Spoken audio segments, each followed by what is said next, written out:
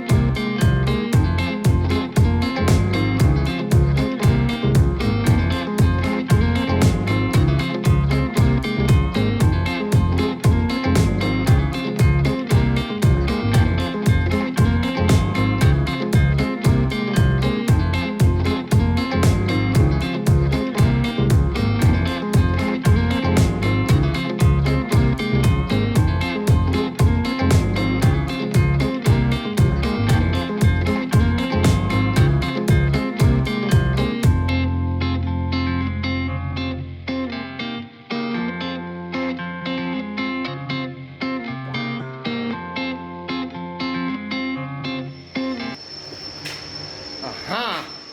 Aici trebuie să mai facem încă unul. Și cred că în partea cealaltă vor mai veni vreo 2 sau 3 boi îndruci pentru vreo 2 sau 3 uși. Nu știm încă, trebuie să vedem planul. Trebuie să vedem planul.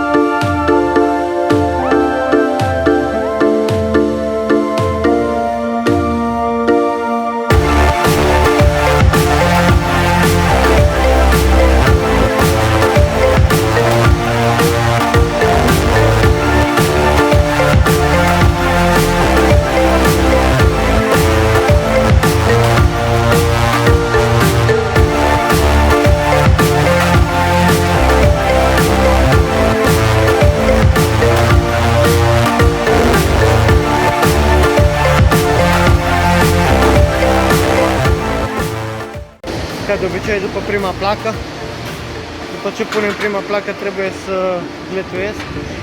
Așa că mi-am luat găleata să mă duc să îmi achiziționez apă. Și vin să-mi iau apă. Mă duc să fac un pic de glet ca să pot să gletuiesc.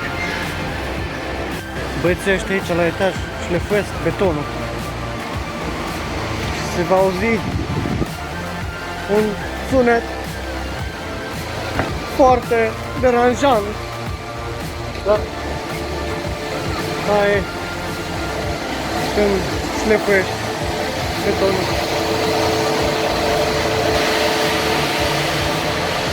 Iar eu trebuie să fac aici un pic de fugă în fuller. O să-mi fac să mă duc să-mi iau sculele și fac fugă în fuller.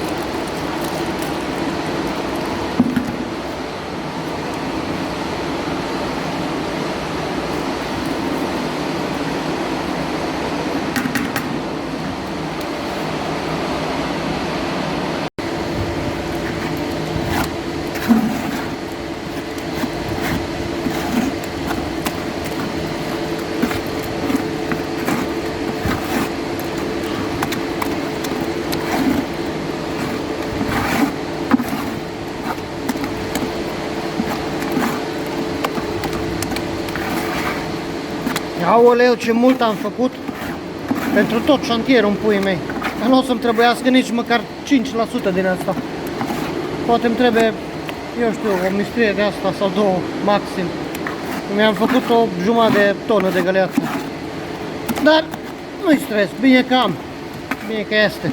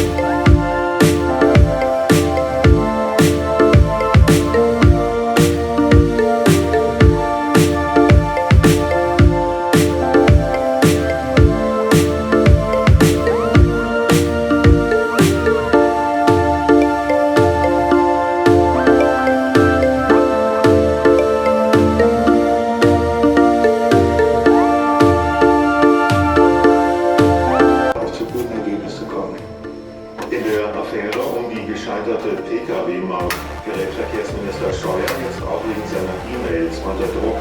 Nach Informationen der Welt soll der CSU-Minister auch über seinen privaten Mail-Account zur Maut kommuniziert haben. Marcel Eberlein. Hat der Untersuchungsausschuss zur Pkw-Maut jetzt alle relevanten E-Mails von Verkehrsminister Scheuer, Grüne und FDP?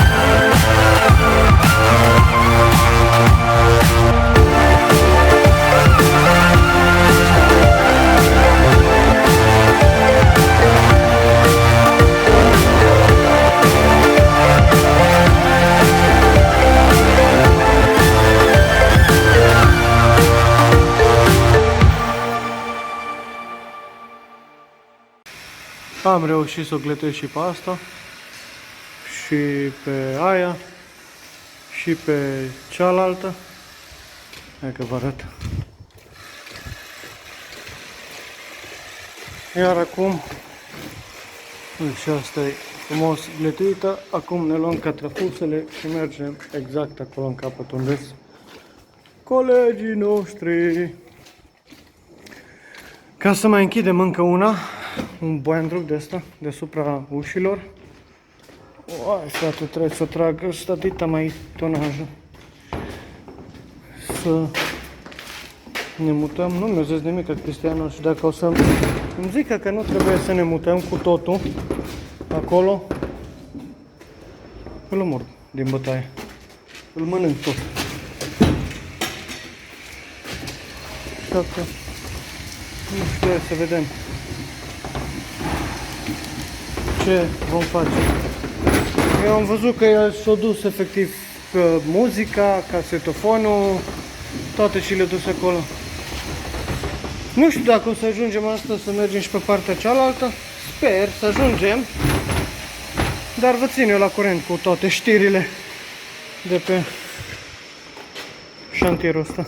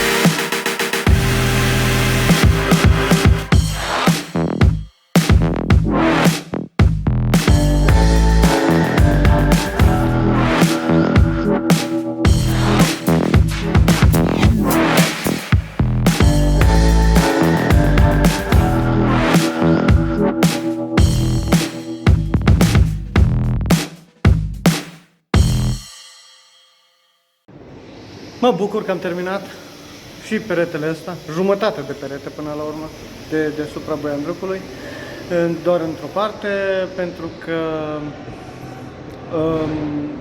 așa e deocamdată, atâta ne dă voie, atâta e pe proiect, atâta ne dă voie la proiect, să închidem doar o jumătate, cealaltă jumătate nu se știe când o vom închide.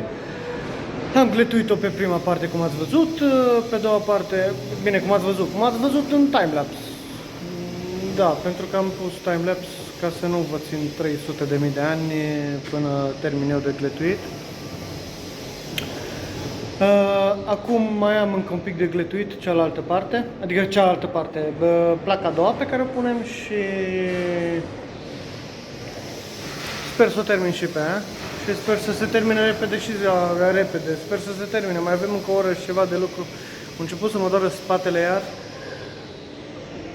sunt bucuros pentru că îmi termin proiectele și m-aș bucura să mă ajutați și voi cu like-uri, cu...